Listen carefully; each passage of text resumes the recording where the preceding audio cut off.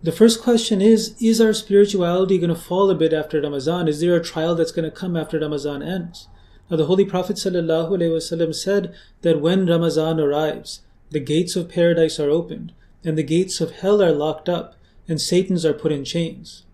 From this hadith, we learn that if Satans are put in chains when Ramadan arrives, then will Satans be released when Ramadan ends? The answer is yes, of course they will, to an extent though. The special blessings of Ramadan enhance our motivation to do good deeds in a way that's not present in the remaining months. That's just a reality. We can't change that. The Holy Prophet ﷺ said that there has come to you Ramadan, a blessed month. In it, Allah Ta'ala has a night which is better than 1,000 months. Whoever is deprived of its goodness is indeed deprived of goodness. So Ramadan is a blessed month. There is no doubt about it. The special discipline of Ramadan protects us from falling into certain sins in a way that is not present in the remaining months. When we're in the habit of fasting, of getting up early in the morning, of structuring our day around our fast and our prayers, then of course it creates an environment in our life where it's much more easier to do greater good deeds and to avoid other evil deeds. This is why Hazrat Muslim Maud radhiyallahu anhu explained that man trains in abstaining from that which is haram for 11 months, but in the 12th month, he trains in abstaining from that which is not haram, but from that which is halal. So in Ramadan, we don't fight against sins as much, but we train ourselves to an extra discipline where we even stop ourselves from doing things that are permissible in halal, so that it becomes much more easier to stop doing those things that are haram. There's no doubt that after Ramadan, we become more vulnerable to sin than we were during Ramadan. And there is a risk that we may lose the spiritual progress that we made during Ramadan. However, this is not cause for despair. In fact, being aware of this reality, this simple phenomenon, is the first step to preventing it from catching us off guard. It's when it catches us off guard is when we actually suffer real spiritual harm. It's ignorance of this reality that leads us to despair, to lose hope. And that can cause us to lose the spiritual progress that we made during Ramadan. Now, being ignorant of the different standards of spirituality we have during Ramadan, as opposed to the remainder of the year, can lead us to fall into spiritual pits during the 11 months after Ramadan. And we can understand this through an analogy. There's a similarity between the blessings of the presence of Ramadan and how it holds us in place, and also the blessings that there were during the time of the Holy Prophet ﷺ, and how he held the Sahaba in place. Now, some Orientalists, those who object against Islam, they make this ill-informed objection that the Holy Prophet ﷺ didn't bring about any lasting change among the Arabs, because soon after his demise, the Muslims started fighting with each other. So if they started fighting with each other, then it means that the change he brought about only lasted for his life and for a little while. Otherwise, it was a complete waste, God forbid. However, Hazrat Khalifatul Masih Rabi rahimahullah has explained that this is not a correct comparison. The condition of the Muslims during the lifetime was the result of the special blessings of his holy presence. If an honest comparison is to be made, then we have to observe the difference between the standard of the Arabs before his coming and the standard after his demise. It's unfair to compare the high standard they were kept at under the blessings and discipline of his personal supervision and compare that with the standard in his absence. So Huzur Rahimahullah explained that the Arabs were like a spring that had been stretched by the Holy Prophet ﷺ. And when he left them, of course it was inevitable that the spring would retract after it was released. But it did not retract anywhere close to its original presence. So there has to be a difference between the presence of the Prophet ﷺ and his absence. But also, there has to be something substantial to the influence he had on his followers after he left. So the lows of inhumanity that the Arabs were capable of falling to before his coming was incomparable to the mistakes that they made afterwards. The morality and the civility that was found in them after his demise was something that was exemplary.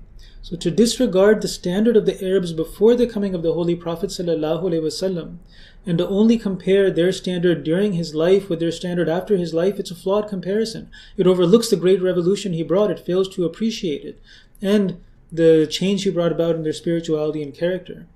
Now, this is a great analogy for us in understanding our state during Ramadan and after Ramadan. The presence of the month of Ramadan is similar. And the flawed comparison we sometimes make about ourselves that hurts us a lot is a flawed comparison we make between our condition during Ramadan and our spiritual condition afterwards. And this overlooks the great revolution that Ramadan brought about in our spirituality and our character.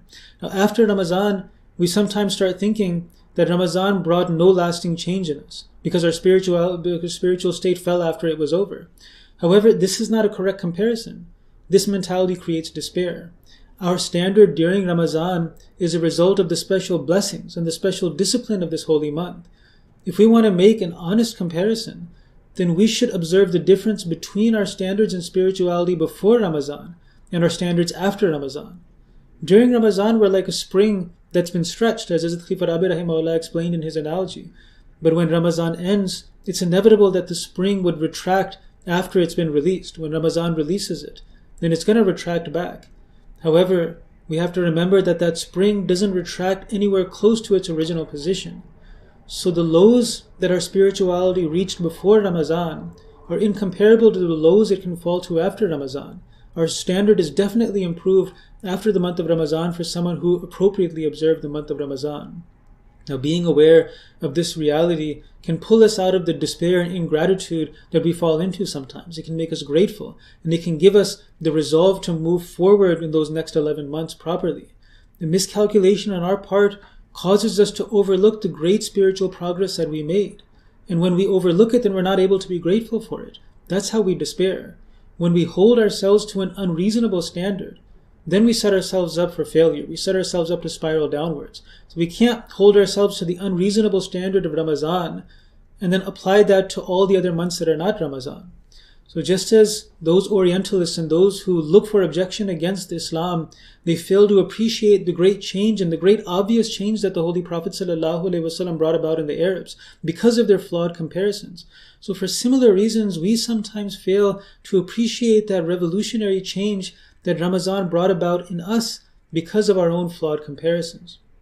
Now, it's important that we not just concentrate on the best that we're able to do, like observing Tahajjud, but also we should concentrate on the least that we're able to do, like observing our obligatory prayers. If a person continuously feels guilty about how he's not able to regularly offer Tahajjud as he was during the month of Ramadan, then this negative mentality will make him despair. It'll make him lose hope to the point that he may even start missing his obligatory prayers. On the other hand, if a person instead is always grateful that he's able to offer his obligatory prayers with greater punctuality than he did before Ramadan, even if he is not able to offer Tahajjud on the same level as he was doing in Ramadan, but if he's able to remain positive and grateful and appreciate those real changes that Ramadan brought about in him, this positive mentality can motivate him to become as regular in Tahajjud as he was in Ramadan.